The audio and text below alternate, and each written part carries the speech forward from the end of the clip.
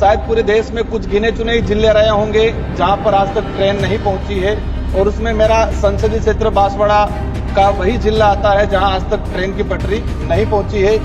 ये परियोजना 2012 में स्वीकृत हुआ था, आज 13 वर्ष होने आ गए, लेकिन आज भी कोई इसका भविष्य नहीं दिख रहा है। तो मुझे उम्मीद है कि इन 5 सालों के अंदर अति शीघ्र काम किया जाए और जिन लोगों को विस्थापित किया गया है या विस्थापित होना बाकी है, जिनको मुआवजा नहीं मिला है, तो राज्य सरकार से विशेष अपील करके 2012 के हिसाब से नहीं, वर्तमान जो समय की जो डीएलसी रेट है उस हिसाब से मुआवजा दिया जाए। और साथ ही जो लोग विस्थापित हो रहे हैं उनके लिए रेलवे में फ्री सेवा का पास का प्रावधान भी किया जाए। और डूंगरपुर रेलवे स्टेशन को लेकर पूर्व सांसद महोदय ने कई जनप्रतिनिधियों ने डिमांड की है कि उसका नामकरण बेल राजा डूंगर बरंडा के नाम से किया जाए। उस आदिवासी बाहुल्य क्षेत्र को रेल मार्ग से जोड़ने के लिए, वहां के लोगों को लाभ पहुंचाने के लिए कुछ ट्रेनें हैं जो हमारे गुजरात में, अहमदाबाद में रुकती है और उदयपुर में रुकती है, उनको डिमांड कर रहे हैं कि हम डूंगरपुर तक लाई जाए। चेतक एक्सप्रेस ट्रेन तो जो उदयपुर से दिल्ली रोजाना चलती है, यहाँ 12 घंटे उदयपुर रेलवे स्टेशन पर रुकती है, तो 1-1.5 घंटे का सफर हमारा डूंगरपुर का है, तो उसको डूंगरपुर तक चलाया जाए।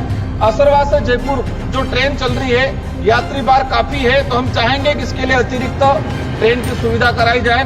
राजकुमार राउत जी। धन्यवाद सभापति महोदय, आपने रेल विभाग के इस अनुदान मांगों पर बोलने का जो अवसर प्रदान किया उसके लिए धन्यवाद। और विशेषकर मैं आपके माध्यम से दोनों मंत्री महोदय को भी धन्यवाद देना चाहूंगा। दोनों शांतिपूर्वक सभी की बातें सुन रहे हैं और उम्मीद है कि मेरे सुझाव भी सुनेंगे और उस पर अमल करेंगे। माननीय सभापति महोदय, मेरा संसदीय क्षेत्र बांसवाड़ा डूंगरपुर और शायद पूरे देश में कुछ गिने चुने ही जिले रहे होंगे जहां पर आज तक ट्रेन नहीं पहुंची है, और उसमें मेरा संसदीय क्षेत्र बांसवाड़ा का वही जिला आता है जहां आज तक ट्रेन की पटरी नहीं पहुंची है। ये परियोजना 2012 में स्वीकृत हुआ था, आज 13 वर्ष होने आ गए, लेकिन आज भी कोई इसका भविष्य नहीं दिख रहा है। और जिस गति से इसका काम हो रहा है उससे लग रहा है कि 10 साल और निकल जाएंगे। तो मुझे उम्मीद है कि इन 5 सालों के अंदर अति शीघ्र काम किया जाए। और साथ ही विशेषकर डिमांड है कि जिन लोगों को विस्थापित किया गया है या विस्थापित होना बाकी है, जिनको मुआवजा नहीं मिला है, तो राज्य सरकार से विशेष अपील करके 2012 के हिसाब से नहीं, वर्तमान जो समय की जो डीएलसी रेट है उस हिसाब से मुआवजा दिया जाए। और साथ ही जो लोग विस्थापित हो रहे हैं उनके लिए रेलवे में फ्री सेवा का पास का प्रावधान भी किया जाए। माननीय सभापति महोदय, रेलवे में 2 चीजें हमने देखी, एक जो ऑफिस रेस्ट हाउस बना रखे हैं और दूसरा जो एसी मतलब निरीक्षण कार जो बना रखी है, उसके तहत देखा गया है कि फिजूल खर्ची ज्यादा होती है। जब मैं उदयपुर से बैठता हूं तो वो निरीक्षण कार आती जाती रहती है महीने में 1-2 बार, और देखा गया है कि उसमें अधिकारी वर्ग निरीक्षण करने तो कम आते हैं और घूमने ज्यादा आते हैं। तो लगता है कि जनता का पैसे का दुरुपयोग हो रहा है। और साथ ही हमारे उदयपुर के अंदर रेस्ट हाउस बना था 10 साल पहले 14 करोड़ के आसपास का, और उसको गिरा के नया बनाया जा रहा है, तो उस पैसे का कहीं न कहीं दुरुपयोग हुआ है, उसका भी जांच कराई जाए। माननीय सभापति महोदय, हमारा बॉर्डर इलाका है राजस्थान गुजरात, तो हमारे जो असरवा जयपुर जो ट्रेन चलती है तो डूंगरपुर के बाद सीधी गुजरात में जाके रुकती है।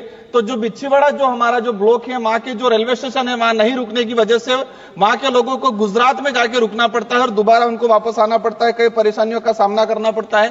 तो माननीय मंत्री महोदय से निवेदन है कि इसको रेलवे स्टेशन पे रोका जाए, बिच्छीवाड़ा असरवा जो जयपुर रेल है उसको बिच्छीवाड़ा रोका जाए। साथ ही बिच्छीवाड़ा डूंगरपुर जो सड़क है वहां पर ओवर अंडर ब्रिज बनाया जाए, लंबे समय से डिमांड चल रही है। और डूंगरपुर रेलवे स्टेशन को लेकर पूर्व सांसद महोदय ने कई जनप्रतिनिधियों ने डिमांड की है कि उसका नामकरण बेल राजा डूंगर बरंडा के नाम से किया जाए। मैं मंत्री महोदय को धन्यवाद देना चाहूंगा कि मैंने उदयपुर असरवा वंदे भारत ट्रेन का डूंगरपुर स्टेशन पर रोकने के लिए डिमांड किया था और आपने मुझे आश्वस्त किया है, उसके लिए मैं धन्यवाद देना चाहूंगा।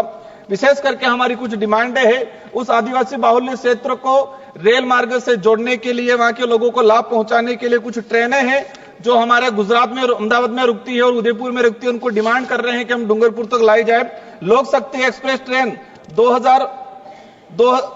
22,927 और 22,928 यह ट्रेन प्रतिदिन मुंबई अहमदाबाद के बीच में चलती है। सुबह 4 बज के 20 मिनट मुंबई से अहमदाबाद पहुंचती है, जिसके बाद यहां रात्रि 8:45 पर मुंबई के लिए रवाना होती है।